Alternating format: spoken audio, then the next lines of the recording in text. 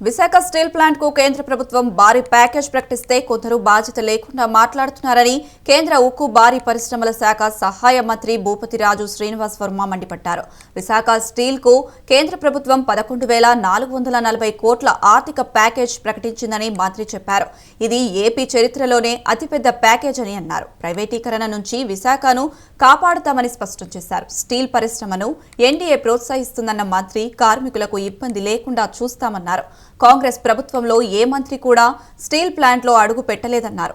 రాయ్ బెరేలీలో ఏం జరిగిందో ఓసారి తెలుసుకోవాలని సూచించారు. స్టీల్ ప్లాంట్ ఉద్యోగులకు 238 కోట్ల జీతాల బకాయిలను త్వరలోనే చెల్లిస్తామని భూపతిరాజు శ్రీనివాస్ వర్మ స్పష్టం చేశారు.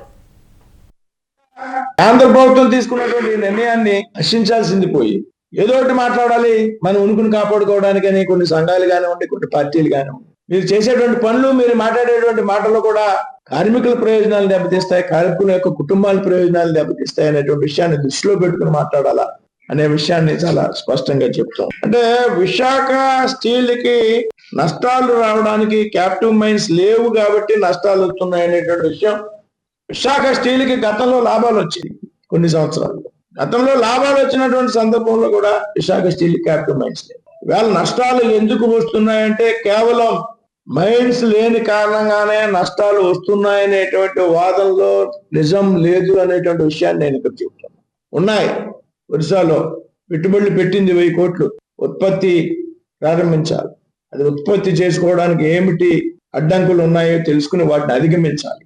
ఇవాళ ఇంకో విషయం చెప్తున్నా, మైన్స్ లేవు అంటే ఇవాళ దాదాపు ప్రైవేట్ రంగంలో ఉన్నటువంటి స్టీల్ ఇండస్ట్రీ